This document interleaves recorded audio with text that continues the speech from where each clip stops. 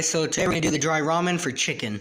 So let's go crush up. We got the bat, let's beat it up now.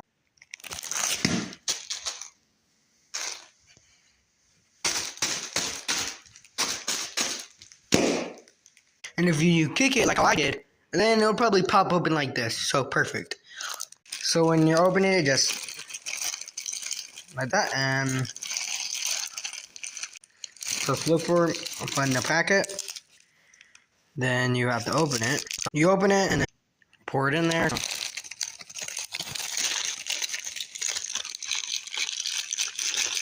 Then you grab it, shake it up, and then you grab it, take a piece. There you go. Well, that's all for today.